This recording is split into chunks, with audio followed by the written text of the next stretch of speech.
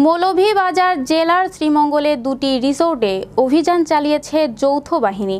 অভিযানকালে 11 জন নারী ও 10 জন পুরুষকে আটক করা হয়েছে।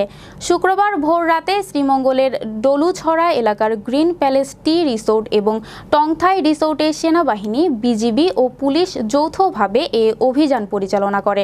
মূলত নারায়ণগঞ্জের আলোচিত আওয়ামী লীগ নেতা শামীম ওসমানকে ধরার জন্য অভিযানটি পরিচালনা করা হয়।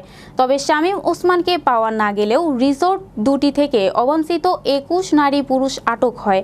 এদিকে বিভিন্ন সূত্রের বরাত থেকে জানা গেছে, প্রায় 15 বছর ধরে আওয়ামী লীগের নাম বিক্রি করে গ্রিন প্যালেস টি রিসোর্ট ও টংথাই রিসোর্টের মালিকরা এ অবৈধ ব্যবসা চালিয়ে আসছেন। উপজেলা আওয়ামী লীগের নেতাদের ও শ্রীমঙ্গল থানা পুলিশকে মাসোহারা দিয়ে এই ব্যবসা চালানো হতো। শ্রীমঙ্গল থানার এসআই সুব্রত দাস জানান, আটককৃতদের বিরুদ্ধে মামলা রুজুর মাধ্যমে বিজ্ঞ আদালতে প্রেরণ করা হবে।